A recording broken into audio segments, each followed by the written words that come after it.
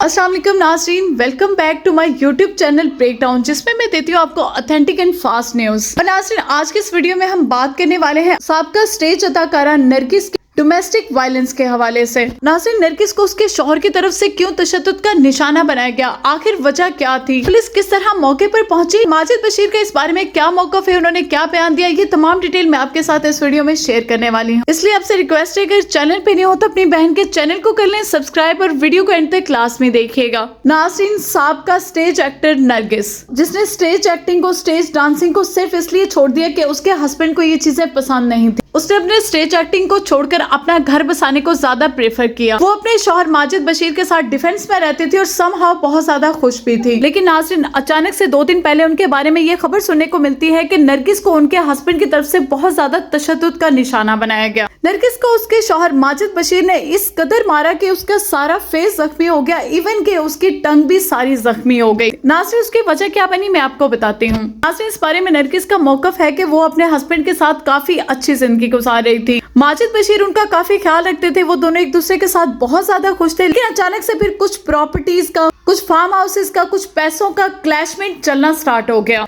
माजिद बशीर नरगिस से इस बात की डिमांड करने लग गया कि जो तुम्हारे कैश है, जो तुम्हारा फलां बंगला है या फलां फार्म हाउस है, उसे तुम मेरे नाम करवा दो, जिसके लिए नरगिस बिल्कुल भी तैयार नहीं थी। नरगिस माजिद बशीर की इस बात को नहीं मान रही थी। नरगिस का इस बारे में मौक़िफ़ है कि माजिद बशीर की जो पिछली अहलियां हैं, माजिद बशीर उनको दोबारा से वापस लाना चाहते थे। इसलिए माजिद बशीर नरगिस से इस बात की डिमांड कर रहे थे कि जो तुम्हारा फार्म हाउस है उसे तुम मेरे नाम करवा दो, क्योंकि वहां पर वो अपनी साबका अहलिया को वापस लाना चाहते थे। और नरगिस ने इस बात से साफ इनकार किया और इसी बात को लेकर पिछले कुछ दिनों से उन दोनों के दरमियान काफी क्लैशमेंट चल रही थी। जिस दिन ये वाकया हुआ उस बारे में नरगिस बताती है कि वो सुबह सवेरे उठकर फजर की नमाज पढ़ी, उसके बाद वो कुरान पाक पढ़ रही थी और इसी दौरान माजिद बशीर वहां पर आते हैं और वो उनसे कहते हैं कि ये फलां फार्म हाउस के डॉक्यूमेंट्स है और तुम इनके ऊपर साइन कर दो, जिस पर नरगिस इस बात से साफ इनकार करती है और दोनों में इस बात पर बहुत ज्यादा झगड़ा स्टार्ट हो जाता है। और झगड़ा इस कदर तूल पकड़ लेता है कि नरगिस को उसके हस्बैंड ने काफी तशद्दुद का निशाना बनाया और उसको इस कदर अपने तशद्दुद का निशाना बनाया कि उसके सारे फेस के ऊपर जख्म आ गए, इवन दो कि जो उसकी टंग थी वो भी जख्मी हो गई।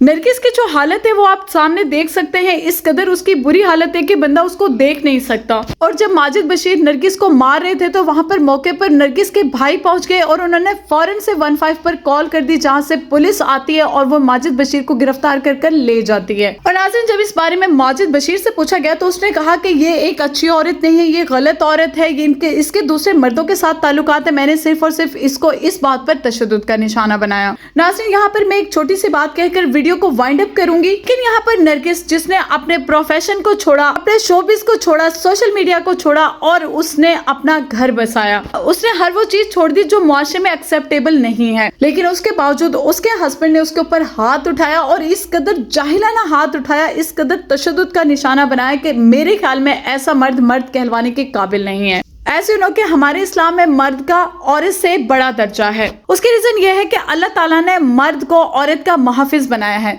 ना कि दरिंदा बना दिया है। मर्द अपने इस हक का नाजायज इस्तेमाल करता है और वो औरत को थप्पड़ मारना स्टार्ट कर देता है, मारना, तशद्दुद करना स्टार्ट कर देता है। मेरे ख्याल में ये मर्दानगी नहीं है। आपका इस बारे में क्या ख्याल है? कमेंट सेक्शन में अपनी राय का जरूर इज़हार कीजिएगा। खुदा हाफिज।